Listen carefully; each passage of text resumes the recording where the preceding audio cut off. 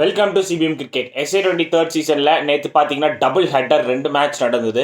Match 20 Pretoria Capitals versus பால் Royals. இந்த particular match எங்கே நடந்ததுன்னு பார்த்தீங்கன்னா பால் ராயல்ஸோட ஹோம் கிரவுண்ட் போலாண்ட் பார்க் அங்கெல்லாம் வந்து இந்த மேட்ச் நடந்தது.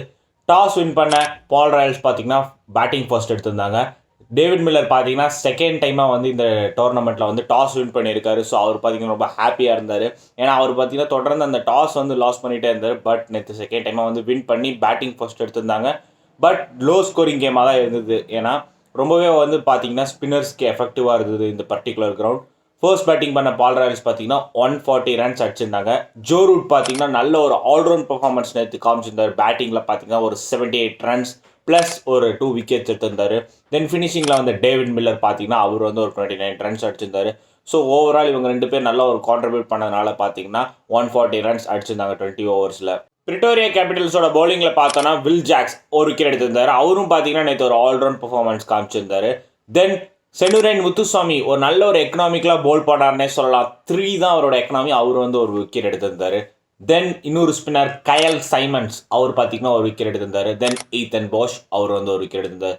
ஸோ பார்த்தீங்கன்னா இவங்க டீசெண்டாக எல்லாம் போல் பண்ணி 140 ரன்ஸுக்கு நல்ல டோட்டலுக்கு வந்து ரெஸ்ட்ரிக்ட் பண்ணாங்க.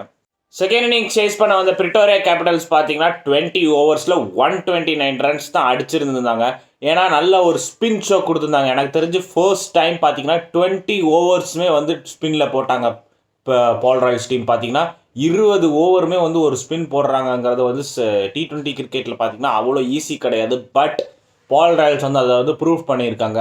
Joe Root, Mujibur Rahman, Nqaba Peter, then Dunith Wellalage, ஃபைனலாக பார்த்தீங்கன்னா பியாண்ட் 14 5 ஸ்பின்னர்ஸை வச்சு இந்த 20 ஓவரை வந்து ஸ்பின் சோக் பண்ணியிருக்காங்க பால் ராயல்ஸ். ஓப்பனிங்கில் வந்த வில் ஜாக்ஸ் பார்த்தீங்கன்னா ஒரு 56 ரன்ஸ் அடிச்சிருந்தார். பட் ஸ்ட்ரைக் ரேட் பார்த்தீங்கன்னா 100 அந்த ரேஞ்சில் தான் வந்து ஸ்ட்ரைக் ரேட் வச்சிருந்தார். தென் மிடில் ஆர்டரில் வந்த கயல் வெரைன் அவரும் பார்த்தீங்கன்னா ஒரு 30 ரன்ஸ் அடிச்சிருந்தார். பட் பிலோ 100 ஸ்ட்ரைக் ரேட்டில் விளாண்டார். ஸோ நான் ஆல்ரெடி சொன்ன மாதிரி நல்ல ஒரு ஸ்பின் அட்டாக் பண்ணதுனால பார்த்தீங்கன்னா அவங்களால வந்து நிறையா அவங்க 50 ரன்ஸ் அடிச்சிருந்தாலும் சரி, இவர் 30 ரன்ஸ் அடிச்சிருந்தாலும் சரி, பட் டார்கெட்டை வந்து சேஸ் பண்ண முடியல. ஏன்னா நல்ல ஒரு ஸ்பின் ஷோ கொடுத்துட்டாங்க Paarl Royals. So extraordinary performance from Paarl Royals. அவங்க பார்த்தீங்கன்னா ஃபர்ஸ்ட் பொசிஷனில் தான் ஆல்ரெடி இருக்காங்க. ஒரு நல்ல ஒரு கம்ஃபர்டபுள் பொசிஷனில் இருக்காங்க. எனக்கு தெரிஞ்சு பார்த்தீங்கன்னா அவங்க வந்து அந்த குவாலிஃபையர் 1 அந்த மாதிரி இதில் வந்து விளையாட அதிக சான்சஸ் இருக்கலாம். நான் இப்போ ஆல்ரெடி ப்ரீவியஸ் வீடியோவில் சொன்ன மாதிரி ஜாஸ் பட்லர் இல்லை அப்படிங்கிற அந்த ஃபீல் அவங்களுக்கு கிடையவே கிடையாது. ஏன்னா இந்த பர்டிகுலர் SA 20 சீசனில் யார் பெஸ்ட்டு ஆல்ரவுண்டர்னு கேட்டிங்கன்னா நான் வந்து ஜோ ரூட் தான் சொல்லுவேன். ஏன்னா அவர் பார்த்தீங்கன்னா பேட்டிங்லேயும் உங்களுக்கு கான்ட்ரிபியூட் பண்ணுறாரு, பவுலிங்கும் சூப்பராக போட்டுட்ருக்காரு. பவுலிங் வந்து சாதாரணமாக இதெல்லாம் கிடையாது, எக்கனாமிக்கலாக வந்து பவுல் பண்ணுறாரு. அதுதான் பார்க்கணும். அவரோட எக்கனாமி பார்த்தீங்கன்னா அந்த 9 அதை ரீச் பண்ணதே கிடையாது இந்த சீசனில். அந்த அளவுக்கு சூப்பராக வந்து பவுல் பண்ணுறாரு. ஏன்னா அவரோட ஆஃப் ஸ்பின் பார்த்தீங்கன்னா அவ்வளோ எஃபெக்டிவாக இருக்குது. பேட்டிங்கும் பார்த்தீங்கன்னா நிறைய ஒரு 350s என்னமோ அடிச்சிருந்தாரு. ஸோ இந்த மாதிரி நிறைய ஒரு கான்ட்ரிபியூஷன் இருக்குது ஜோ ரூட் கிட்டேருந்து. ஒரு நல்ல ஒரு சாலிட் ஓப்பனராக இருக்கார் பால் ராயல்ஸ்க்கு. ஸோ அதனால் பார்த்தீங்கன்னா அவங்களோட டீம் எஃபர்ட்ஸ் நிறையா இருக்குது. ஏன்னா ஜோ ரூட் நல்லா பண்ணுறாரு. லுகாண்ட்ரி பிரிட்டோரியா ஸ்டார்டிங் ஸ்டேஜஸில் வந்து நல்லா பண்ணார். தென் ரூபின் ஹெர்மன் அவர் பார்த்தீங்கன்னா ஒரு 2 மேட்ச் நல்லா பண்ணார். தென் மிச்சல் வான் பிரெயின் அவரும் பார்த்தீங்கன்னா 2 மேட்ச் நல்லா பண்ணார். டேவிட் மில்லர் பார்த்தீங்கன்னா நிறையா மேட்சஸ் வந்து நல்லா ஃபினிஷ் கொடுத்துருக்காரு பால் ராயல்ஸ்க்கு. பவுலிங்கில் பார்த்தோன்னா முஜிபுர் ரஹ்மான் இருக்கார். பியாண்ட் 14 நல்லா பண்ணிகிட்ருக்காரு.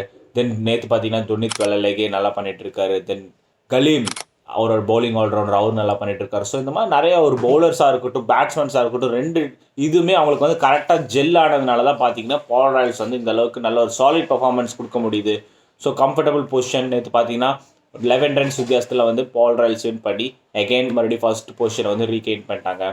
ஸோ ஹோப் இதுக்கப்புறம் பார்த்தீங்கன்னா Durban super giants and Pretoria capitals இவங்க 2 டீமும் பார்த்தீங்கன்னா ஒரு மேட்ச் தான் வந்து வின் பண்ணியிருக்காங்க. ஸோ இது வந்து ஒரு ஜோபாக் சூப்பர் கிங்ஸுக்கு வந்து ஒரு ப்ளஸ்ஸாக இருக்கலாம். ஏன்னா அவங்க 2 மேட்ச் வின் பண்ணியிருக்காங்க.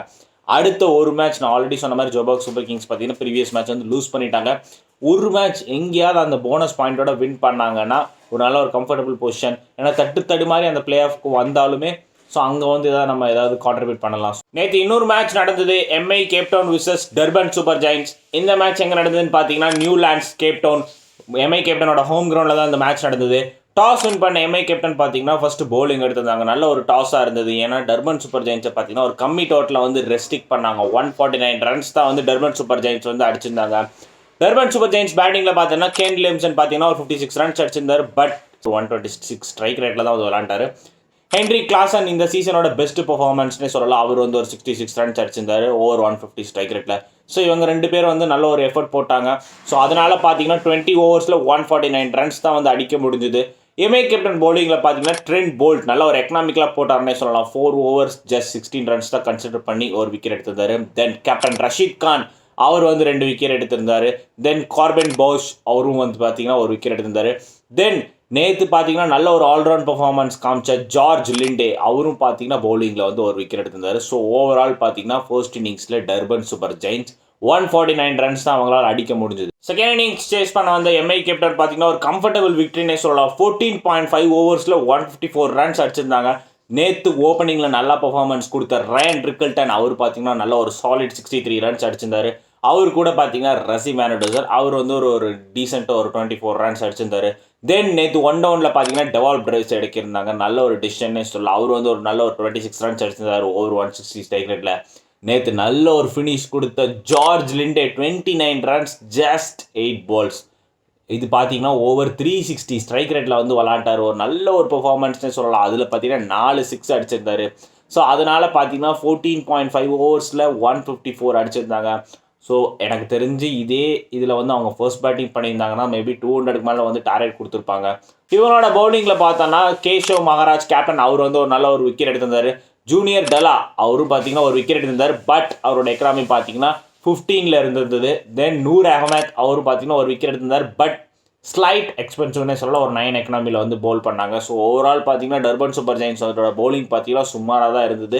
ஏன்னா 14.5 ஓவர்ஸில் ஈஸியாக சேஸ் பண்ண விட்டுட்டாங்க எம்ஐ கேப்டன். இதனால் பார்த்தீங்கன்னா எம்ஐ கேப்டன் வந்து செகண்ட் பொசிஷனில் போயிட்டாங்க. ஏன்னா பால் ராயல்ஸ் பார்த்தீங்கன்னா ஒரு மேட்ச் தான் வந்து லோஸ் பண்ணியிருக்காங்க. அவங்க பார்த்தீங்கன்னா கன்சிஸ்டன்சியாக வந்து வின் பண்ணிட்டு வராங்க.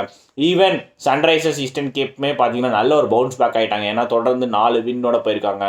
ஸோ இது பார்த்தீங்கன்னா இந்த 3 டீம் டெஃபினட்டாக வந்து பிளே ஆஃப் போயிடுவாங்க. தேர்ட் டைமாக எனக்கு தெரிஞ்சு சன்ரைசர்ஸ் வந்து பிளே ஆஃப் போக மாட்டோம்னு நினச்சோம். அவங்களும் வந்து தேர்ட் டைமாக வந்து போயிடுவாங்க. அந்த 4th பொசிஷன் தான் பார்த்தீங்கன்னா ஒரு காலியாக இருக்குது. ஸோ அது வந்து யார் வருவாங்கங்கிறத நம்ம பார்க்கணும். ஸோ நேற்று நல்ல ஒரு win from MI captain.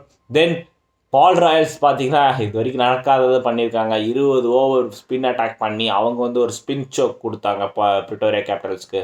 So 2 top 2 teams பார்த்தீங்கன்னா நல்ல பர்ஃபார்மன்ஸ் காமிச்சிருந்தாங்க. நல்ல ஒரு டபுள் ஹெட்டர் மேட்சாக இருந்தது. Thanks for watching. Like and subscribe our channel and also follow X page and Instagram page for more cricket updates. Thank you.